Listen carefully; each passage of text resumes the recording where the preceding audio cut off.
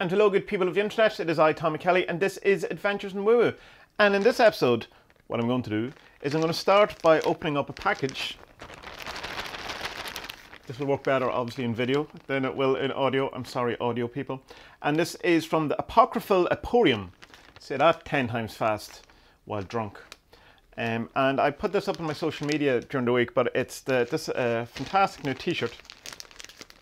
Opening.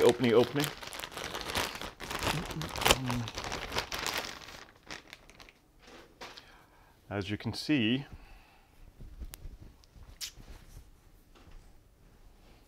the Cthulhu and Punisher. The Cthulhu. Oh, it smells really nice. So yeah, links will be in the description. I get, this is an affiliate, anything. This is just a friend of mine and his friends have put this together. And they also do that Eris badge that I have on my jacket that I've also posted about before. And that's awesome. Printing's great. It even has a TK on the label just for me. So I'd advise you all to get it as part of the let's all support each other type stuff. It's Sepherion, excuse me. His, it's coming out of his blog. He was on one of the Magic Me, I'm not Jason Liv. He was on one of the Magic People podcasts, and he's, he does me on Discord and stuff like that. So anyhow, and I've posted, he did a great post there this week about fear is the mind killer mantra for washing your hands. That's just one element of his post, but it's all about fear and how not to give in to the fear. So next I want to talk a bit about someone else. Again, in the whole let's support all each other. And this is, not as if this guy needs an awful lot of my help, in fairness, is Mike Oeming. Mike Oeming is one of my favourite artists of all time. I came across him first when he was doing Powers with Michael Bendis. And I spent many years really enjoying that. And still, up until very recently, was still a going concern. It kind of was very sporadic even.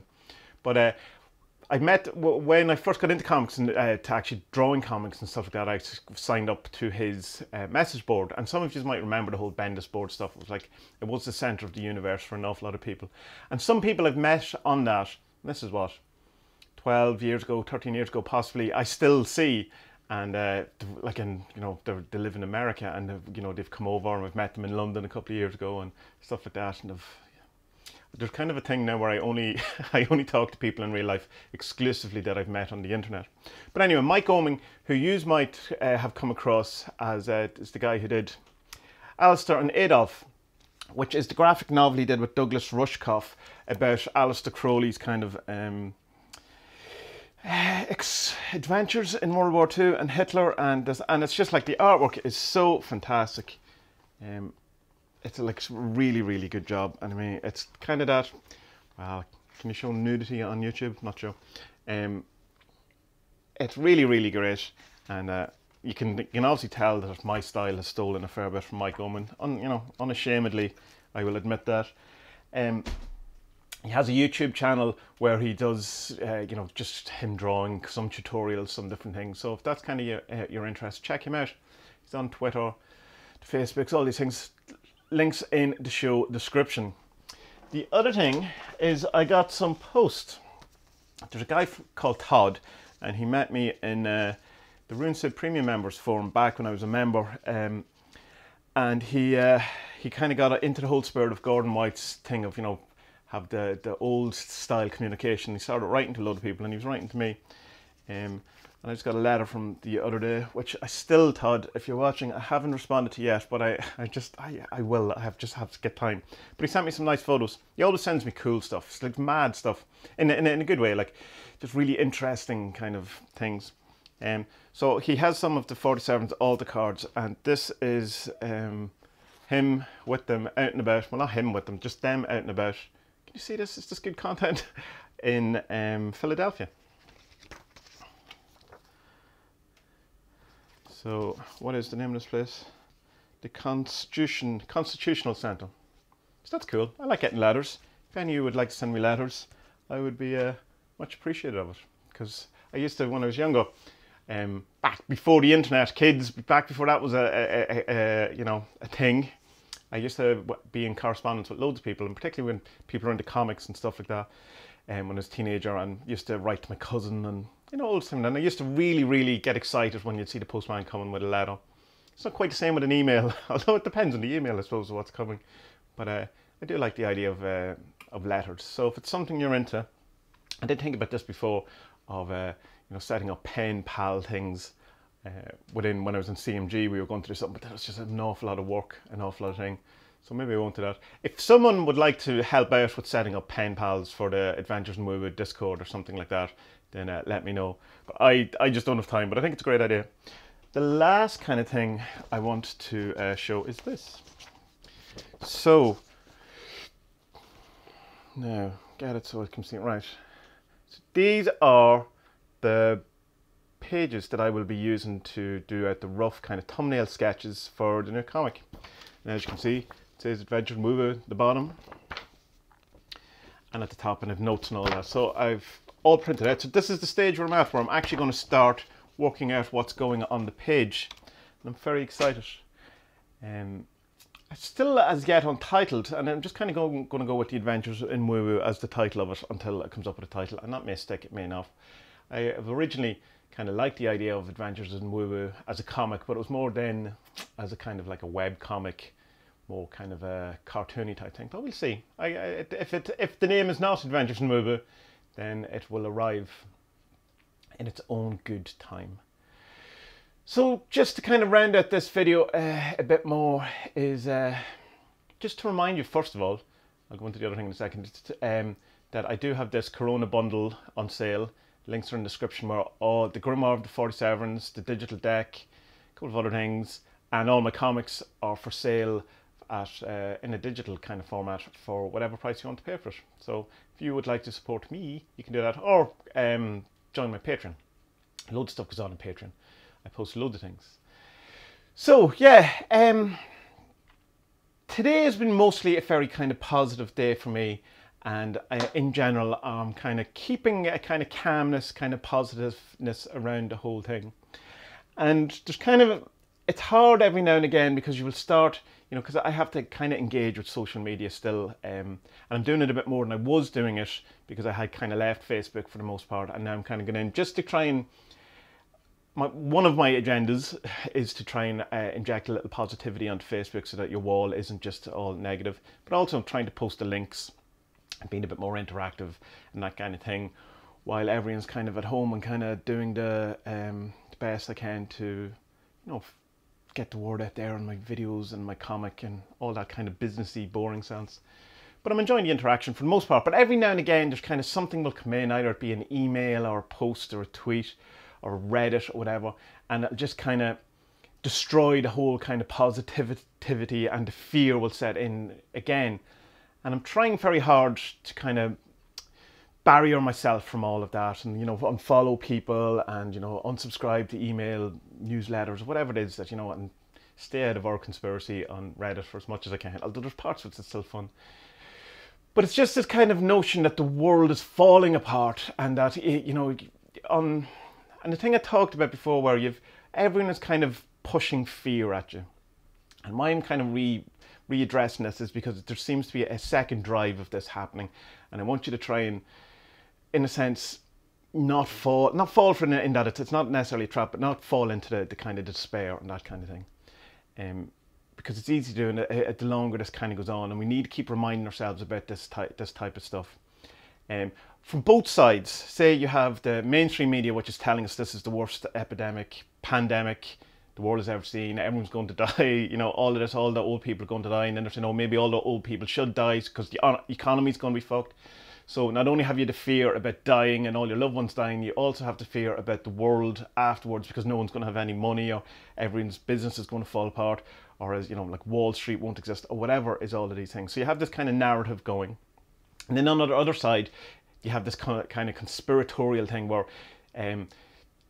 it's even worse than that. So that's nothing. That's just them kind of hiding the fact that they're making your life is going to be so much worse after this.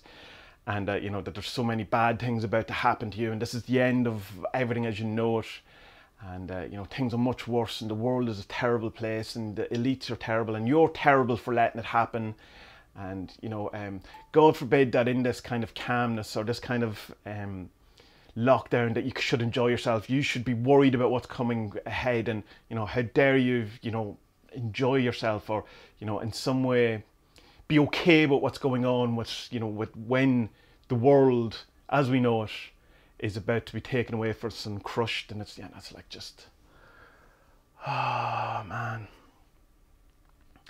If the world is about to end, there's fucking nothing I can do about it. There's fucking nothing you can do about it, for the most part. That's not to say let's just let it all happen. If there's something you can do about it, do it. If you have the ability to stop the end of the world, you should probably do it.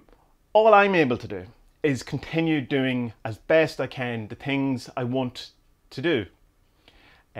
So that as I move forward, I'm still working on the things that I want to work on, say my comic, my writing, my art, and all that stuff, and keep going, and not get scared to not do that anymore, or to, you know, to feel that that's been taken away from me, because it's not, as yet, has not been taken away from me. In fact, there's more creativity going on now than there ever has been. So this idea of your kind of creativity and your dreams being taken away doesn't seem to be congruent with what's actually going on, is that more people have time to be creative and stuff like that. I know they're talking more about the future than now. But I'm just going to continue, and I'm going to do my comic with the positive kind of hope that there's a world for my art and all to exist in afterwards. I just do the best I can, because ultimately, if I can't do anything about it, all I can do is act in the way that is kind of going to lead me to, you know, have some sort of sense of purpose, or sense of, you know, still being able to exist in the world.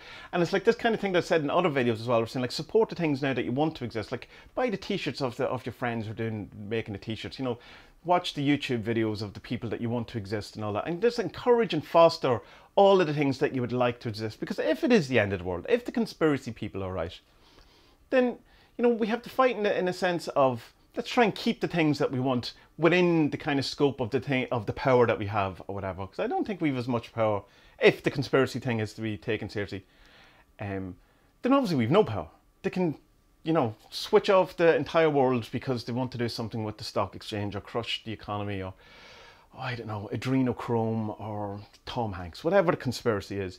And if it is the pandemic and everyone, you know, going to die, and the economy, and just have to just keep going and do the thing. And it's okay, I think, anyway, to feel okay within the apocalypse.